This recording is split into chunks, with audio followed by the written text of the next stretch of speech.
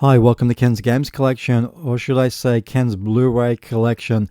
This is a video that I've been wanting to do for quite a while now, showing my Blu-ray collection. Although I am a gaming channel, I am into movies. That's something that I really enjoy.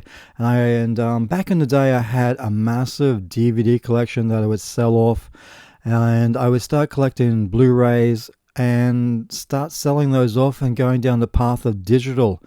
So I am rebuilding this Blu-ray collection. It's just something that I've been wanting to do for quite a while. It's pretty much the same sort of story with my gaming side of things. Rebuilding the collection, it just seems to be something that I'm doing, but here we go with my Blu-ray collection. Okay, so if you were to ask me what kind of movies do you like, I hope this is a good representation of what kind of movies I enjoy. I do like Zack Snyder, Sucker Punch and 300. 300 was an amazing movie with all those fight scenes all in slow-mo. I thought that was really cool.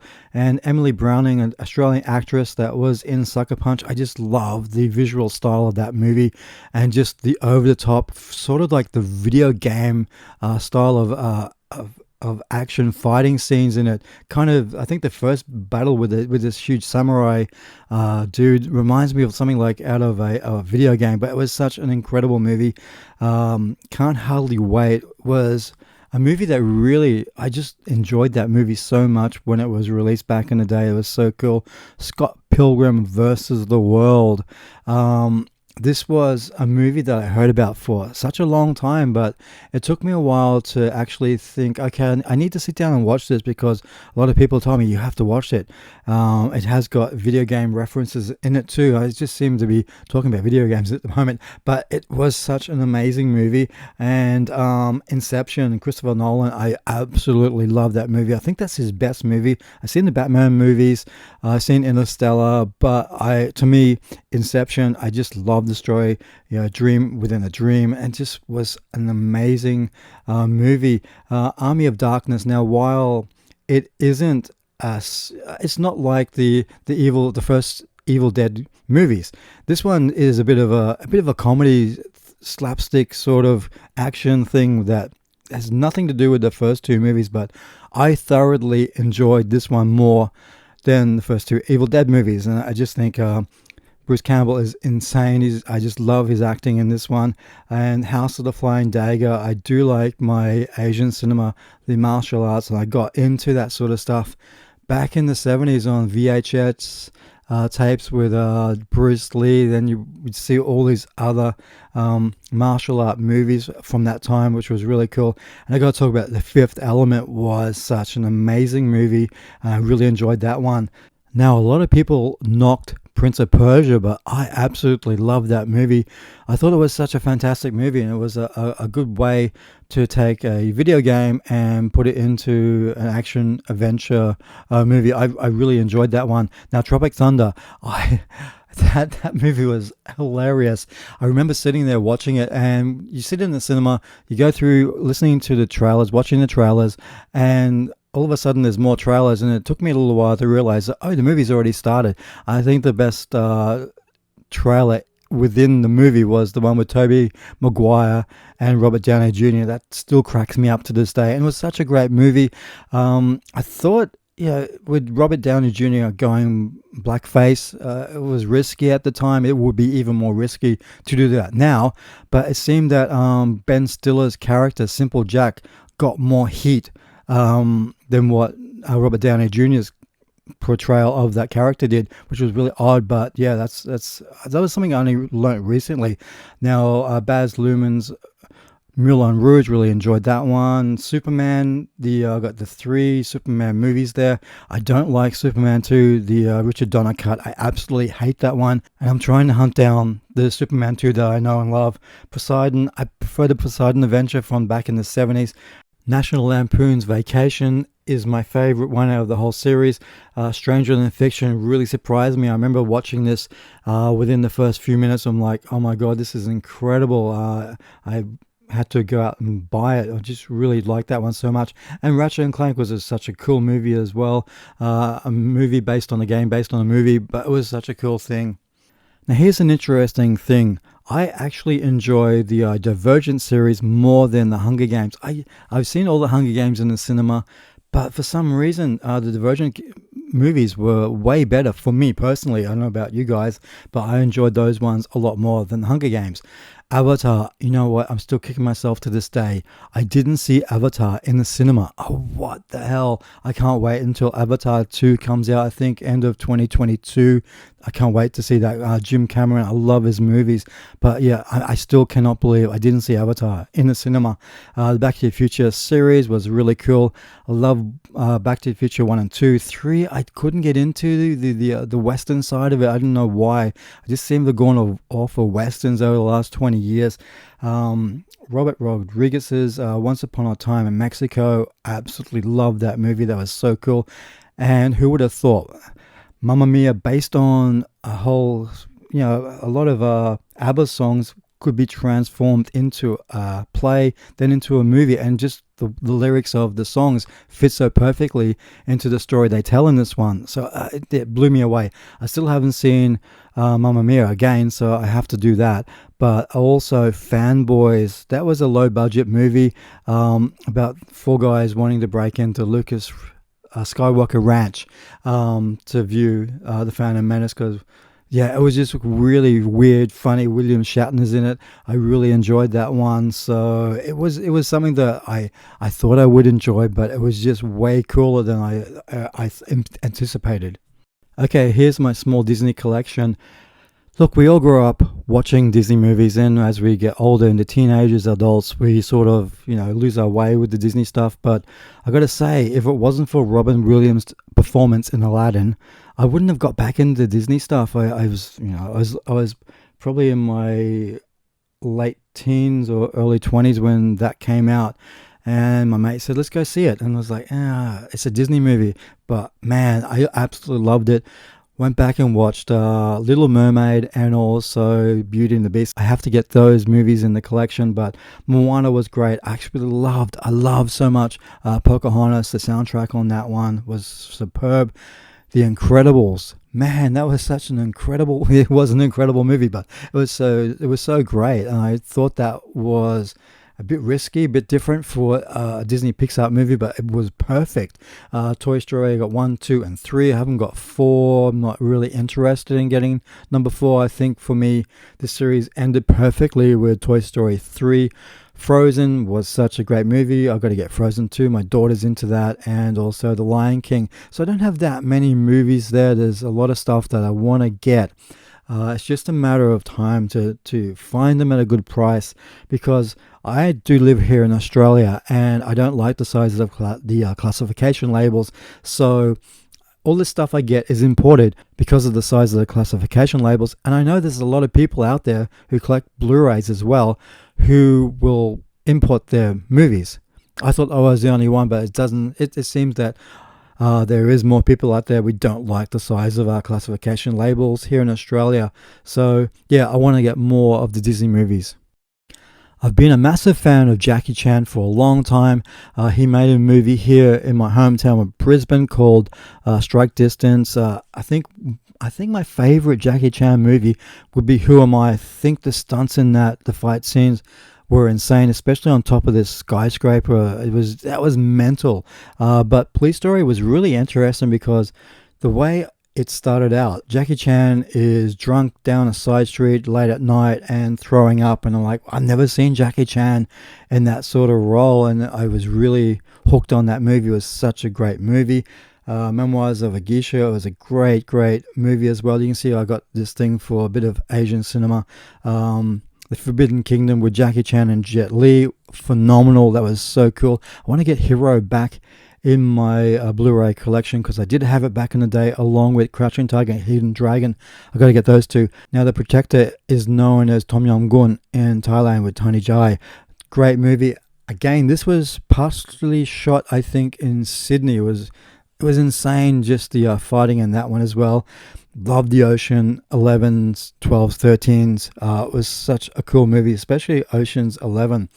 I do remember it back in the day. It was like Sinatra, Sammy Davis Jr., Dean Martin, all of them were in it. But this thing was really cool with how they did things and the storytelling, and it was just great.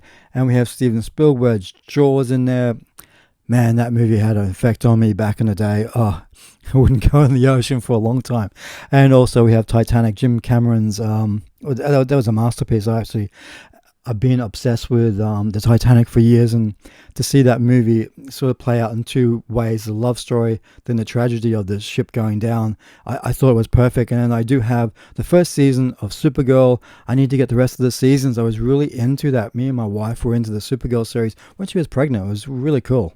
Okay, so let's have a look at some of my box sets. The Underworld movies were really cool. The Harry Potter series on Blu-ray is great. A lot of stuff in there, a lot of content. The Mummy 1 and 2 were my favorite. The third one I didn't like at all. They should have just ended the series there, or I don't know if they could have brought back Imhotep. I thought it was too different. It wasn't like The Mummy anymore, although it did have that sort of element to it. But the first two were phenomenal. Look, the Rocky series is something that I really enjoyed back in the day. The first Rocky movie I saw was Rocky 3. That was such an incredible movie. It was really action-packed, and when you go back to watch the original Rocky movie, it was like, oh my god, this is so different. It hasn't got that sort of energy of Rocky 3, but it's got some great storytelling of this underdog who gets this chance. And to finish it off with Rocky Balboa, I remember when it was announced that Stallone was doing Rocky Balboa, I rolled my eyes back and thought, oh my god, this is ridiculous. I go see the movie, and it is probably my favorite Rocky movie. It was just phenomenal. Just I really didn't think I was going to get that emotional involved in it, but it was incredible. We have the Pirates of the Caribbean. I did like the first two, and after that, not really. The Jason Bourne collection was really cool, and of course we have the American Pie, the four main movies. I thought it was great the way they had the reunion to finish off that series. 3 was a little bit weak. They didn't have all the characters in it, but 1 and 2 were great, and 4 was great as well. It was really funny back in the day, and it still, I think, holds up even today. It was just a great series. This Indiana Jones collection is insane. You have a film cell, you have so many photos, you have documents, you have like the Grail diary in there. This is probably the best collector's edition I have of anything in my Blu-ray collection. Indiana Jones and the Raiders of the Lost Ark. Raiders of the Lost Ark would have to be up there along with Last Crusade. They were my two favorite. Then it would be probably Temple of Doom. I didn't like Crystal Skulls at all.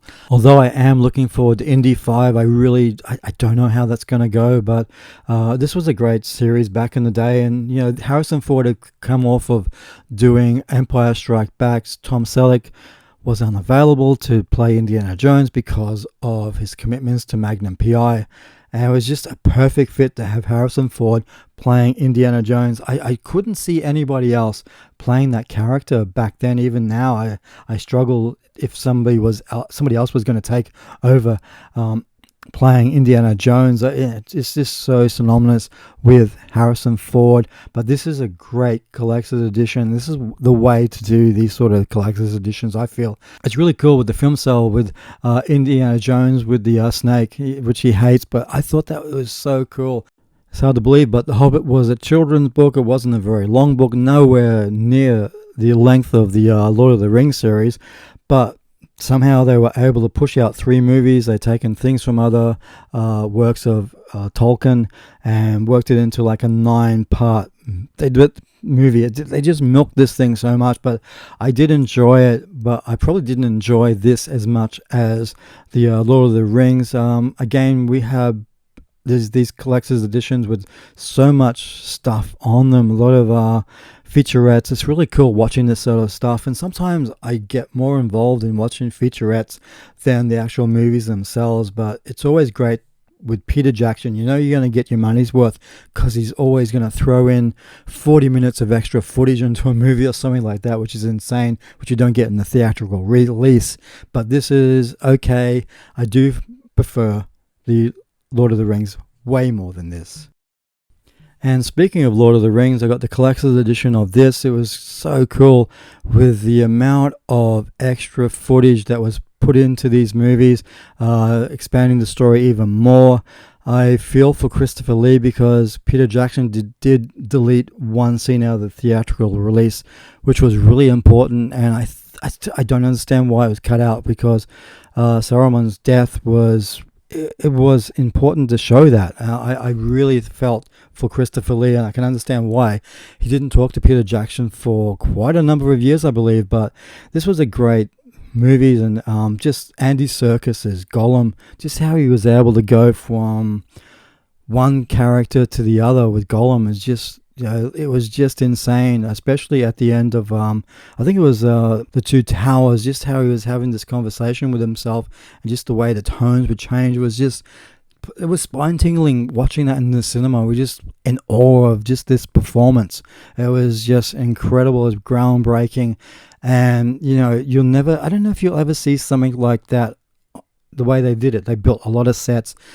You can do CGI now, you can have all these virtual sets and stuff, but this was incredible back in the day. I really enjoyed those movies, and the amount of detail that went into even the armor, the shields that you wouldn't even see on camera. Just the craftsmanship was outstanding. It was just a brilliant series. 50 years of Bond. Now this goes up to, I think, Casino Royale.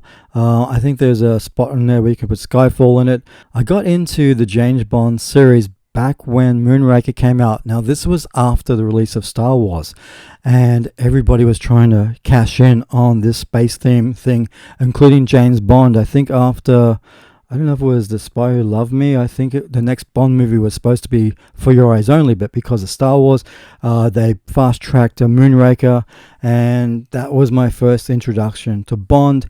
But I have to admit, my favorite Bond movie would have to be For Your Eyes Only. I really enjoyed that one, and that's the main reason why I think Roger Moore is my favorite Bond. Then would probably be Pierce Brosnan. I did like Craig Daniels as Bond as well, but Roger Moore I just thought was great, and I just enjoyed this series so much. And this box set is just phenomenal with the different photos of the Bond girls. I thought it was such a well put together 50-year celebration of Bond. I still can't believe it, and this is going on years ago, and we'll be up to 60 years soon, I guess, but a fantastic collector's edition. Okay, so a long time ago in a galaxy far, far away. I don't like this sort of box set because when you look inside, it's just these single discs. It's not like a proper cases. I do like my cases all individual, but let's talk about Star Wars now. Back in 1977, I'm at primary school. This movie gets released, and I think it was the last one in school to wanted to go see Star Wars. I just wasn't really interested in it, and everybody at school said you have to go see this thing. So yeah, I went along and sat there, immediately blown away with the music of John Williams, and the rest is history. It was just so groundbreaking. Back in 1977, we had never seen anything like this. This is the movie that coined the phrase blockbuster, the highest grossing movie of all time back then. Didn't win the Academy Award for Best Picture. I still to this day cannot believe that didn't win, but that's just the way it was. It was phenomenal. And then you go on to Empire Strikes Back, which is probably my favorite Star Wars movie. It was phenomenal. Jedi was great. Now this is what I want to show. This is what the classification labels look like here in Australia. I picked up these movies for $3, $5 each at CX Exchange. I thought, man, I can't pass this up, even though they are the Australian releases. Let's talk about the prequel trilogy, which a lot of people bagged back in the day. I enjoyed it. I didn't like Jar Jar Binks like a lot of other people, but I appreciated we saw the Jedi in their prime in those lightsaber duels. Those things were insane, especially in The Phantom Menace with Ewan McGregor, Ray Park, and Liam Neeson. That was just insane. Then we go on to the Attack of the Clones, when things went up another notch there, especially with Hayden Christensen and also Ewan McGregor. As by the time we got to the Revenge of the Sith, those guys, they put so much into those lightsaber duels, and I think George Lucas had to tell them to slow down because the camera couldn't keep up with what was happening on screen, which is insane. But To me, I enjoyed the prequels. I think over the last 10 years, people realized they weren't as bad as they thought they were, especially when we look at what we got after that. But to me, I enjoyed the prequels. Nick Gillard, who did the choreography for the lightsaber duels, it was just incredible. I really wished they would have used him in the sequel trilogy, but they didn't. Now, I believe Rogue One really does belong in this set of movies with the Star Wars franchise. The premise of making a movie based on the scroll of A New Hope, where spies have stolen the plans to the secret space station, the Death Star. How cool was it to go back to Rogue One to see all that sort of stuff happening? And it goes right up until the beginning of A New Hope. I thought it was brilliant how they were able to take that story and work it into the existing movies. And, that got me really excited for these standalone movies. But we'll talk a little bit more about that later. But I really thought that was so cool how they did that. And it was so simple as well, because it was staring everybody right in the face when you see that scroll at the beginning of A New Hope. I don't know how many times I started recording this and stopped and restarted, but let's just get into the meat and potatoes of this series. It destroyed Star Wars for me, honestly. I was so looking forward to The Force Awakens. I enjoyed some aspects of it. I just couldn't believe that we had to wait 2 hours and something minutes before we would see Luke Skywalker in this movie. I thought seeing Han, Leia, Chewie, the droids didn't get much airtime on these movies as well, which is sad. But to wait all that time for Mark Hamill, Luke Skywalker to appear in it, then we would go on to The Last Jedi. At the beginning of that, what happens when we see Luke? That's not Luke. Luke Skywalker would not throw a lightsaber, and I do blame Rian Johnson. Not only Rian Johnson, I guess, because they didn't have a plan. They decided JJ would be writing the first story and involved in that, and then Rian Johnson would come in to write part 2. There was no layout for the whole 3 movies.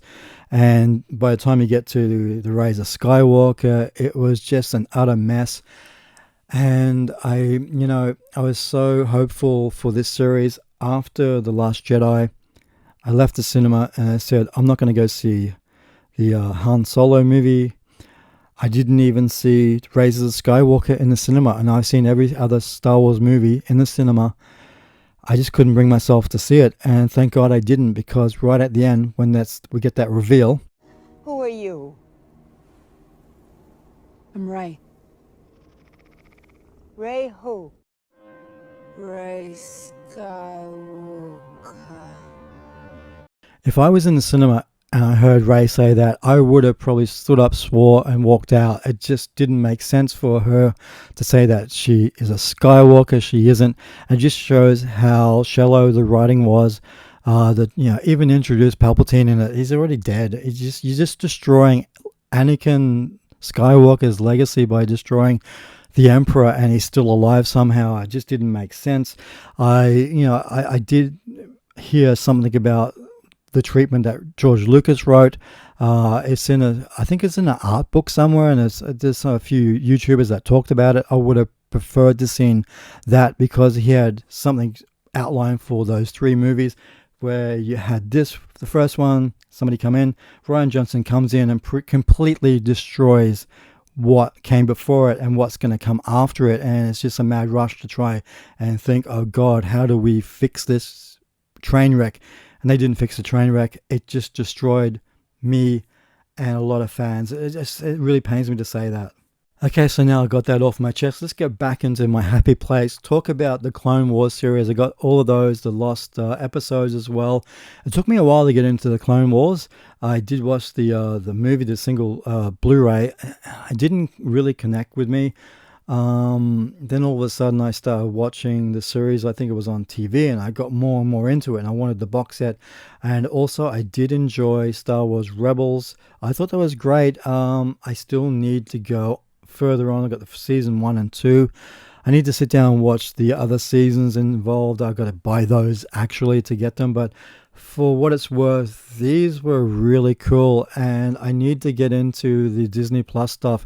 Obi-Wan Kenobi's getting released soon. I'm hoping that's going to be good.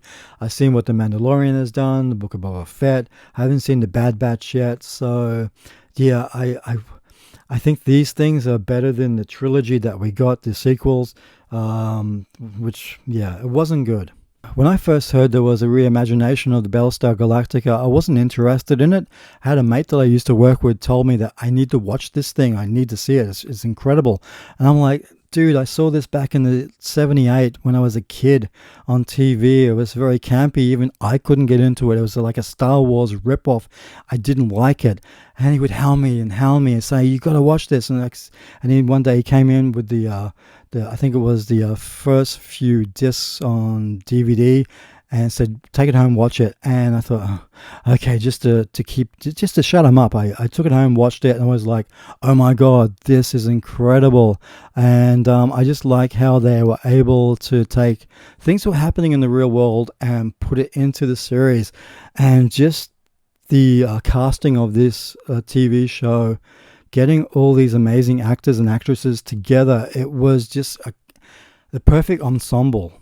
And the geniuses of Ronald D. Moore and David Ikes, and it was just a fantastic series that I watch once every 2 years. I go through the whole seasons, all the seasons, to watch it. And you get the bonus on this of Razor, which was not released on TV, I don't believe. I don't know if it went to cable, but that episode was so incredible with the Pegasus. You see their story, and one of the Sevens is enslaved. It was just so amazing. Like I said, the casting of this is the best I've seen on television in the longest time. I look at Arrested Development as well, with the perfect casting. I just love this series, and to this day I thank my mate for getting me to watch this thing and getting me so involved in Battlestar Galactica. It is brilliant. If you haven't watched it, please check it out. It is so good. Battlestar Galactica Blood and Chrome really surprised me. I thought that was really good, how you go with the backstory of a young Will Adama. I really enjoyed that one. There was some other stuff in there as well. I think The Plan, and there was something else. I think then they went on to do the series Caprica, which I didn't watch at all. I wasn't really interested in that stuff. I thought, okay, I've seen the Battlestar Galactica stuff. Let's just finish watching that, and that's done. I'm done with it. I didn't want to see anything else after that because I thought it would be a letdown. And I guess maybe Caprica was a letdown. There was only like 2 seasons, I believe. But Battlestar Galactica, such an amazing TV series. Okay, so that's it. That's my Blu-ray collection as of 2022. I want to try and rebuild it. Thanks for watching.